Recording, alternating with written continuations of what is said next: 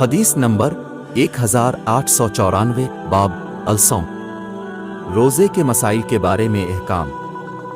ہم سے عبداللہ بن مسلمہ قانبی نے بیان کیا، ان سے امام مالک نے، ان سے ابوالزناد نے، ان سے ارج نے، اور ان سے ابو ہریرہ رضی اللہ عنہ نے کہ رسول اللہ صلی اللہ علیہ وسلم نے فرمایا، روزہ دوزخ سے بچنے کے لیے ایک ڈھال ہے، اس لیے روزہ دار نہ فحش باتیں کرے اور نہ جہالت کی باتیں، اور اگر کوئی شخص اس سے لڑے یا اسے گالی دے تو اس کا جواب صرف یہ ہونا چاہیے کہ میں روزہ دار ہوں۔ یہ الفاظ 2 مرتبہ کہہ دے، اس ذات کی قسم جس کے ہاتھ میں میری جان ہے، روزہ دار کے منہ کی بو اللہ کے نزدیک کستوری کی خوشبو سے بھی زیادہ پسندیدہ اور پاکیزہ ہے۔ اللہ تعالیٰ فرماتا ہے، بندہ اپنا کھانا پینا اور اپنی شہوت میرے لیے چھوڑ دیتا ہے، روزہ میرے لیے ہے اور میں ہی اس کا بدلہ دوں گا، اور دوسری نیکیوں کا ثواب بھی اصل نیکی کے 10 گنا ہوتا ہے۔ حدیث نمبر 1895 باب الصوم روزے کے مسائل کے بارے میں احکام۔ ہم سے علی بن عبداللہ نے بیان کیا، ان سے سفیان بن عنا نے بیان کیا، ان سے جامع بن راشد نے بیان کیا، ان سے ابو وائل نے، اور ان سے حذیفہ رضی اللہ عنہ نے کہ عمر رضی اللہ عنہ نے پوچھا، فتنہ کے متعلق رسول اللہ صلی اللہ علیہ وسلم کی حدیث کسی کو یاد ہے؟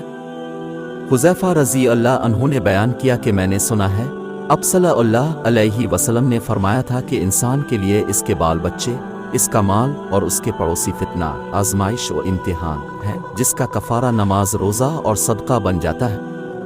عمر رضی اللہ عنہ نے کہا کہ میں اس کے متعلق نہیں پوچھتا، میری مراد تو اس فتنہ سے ہے جو سمندر کی موجوں کی طرح امنڈ آئے گا۔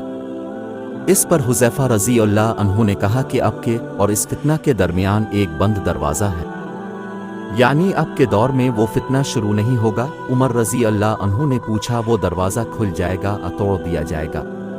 حذیفہ رضی اللہ عنہ نے بتایا کہ توڑ دیا جائے گا۔ عمر رضی اللہ عنہ نے فرمایا کہ پھر تو قیامت تک کبھی بند نہ ہو پائے گا۔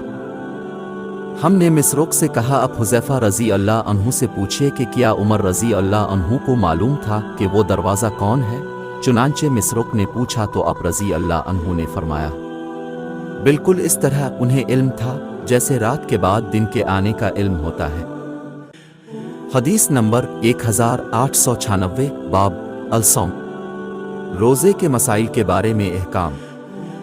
ہم سے خالد بن مخلد نے بیان کیا، کہا ہم سے سلیمان بن بلال نے بیان کیا، کہا کہ مجھ سے ابو حازم سلمہ ابن دینار نے بیان کیا، اور ان سے سہل بن سعد ساعدی رضی اللہ عنہ نے کہ رسول اللہ صلی اللہ علیہ وسلم نے فرمایا، جنت کا ایک دروازہ ہے جسے ریان کہتے ہیں، قیامت کے دن اس دروازہ سے صرف روزہ دار ہی جنت میں داخل ہوں گے، ان کے سوا اور کوئی اس میں سے نہیں داخل ہوگا۔ پکارا جائے گا کہ روزہ دار کہاں ہے؟